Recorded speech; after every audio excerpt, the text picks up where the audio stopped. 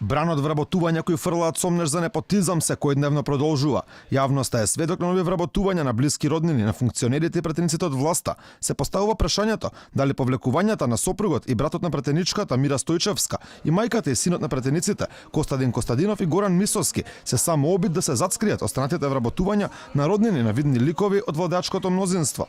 Антикорупцијско отвори голем број истраги, каде се испитува дали функционери ја искористиле својата положба и така успеале да влијаат за нечие вдомување под државна капа, но до таму се уште не е пристигнат ниту еден документ околу постапките за вработување. Председателката на комисијата Билјана Ивановска вели дека дел од барањата се пратени до институциите, а дел се праќаат, жалејќи се дека немаат човечки ресурси, дека само едно лице работело на истите. Дена на доставување на документи од институциите веќе тече од минатиот петок. Сакате да кажете дека се уште нема никаков документ пристигнат од ниту една? Нема, да.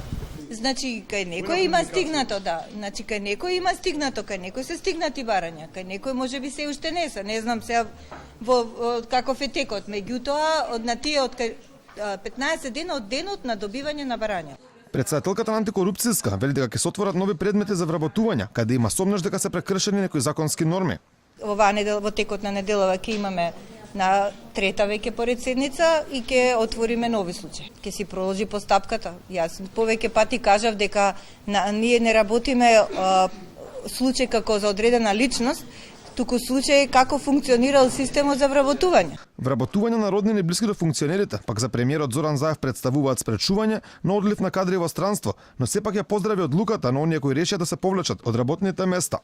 Не требат луѓе кои што се членови на семејството да барат работа овде во нашата земја.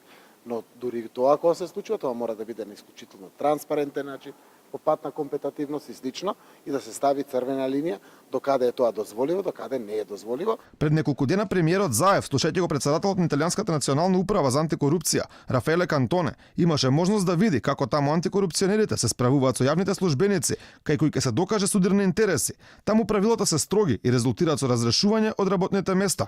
Сепак премиерот не даде најави за такво нешто во Македонија, туку повторно остави да одлучува совеста, кај оние кои јавноста секојдневно ги прозива.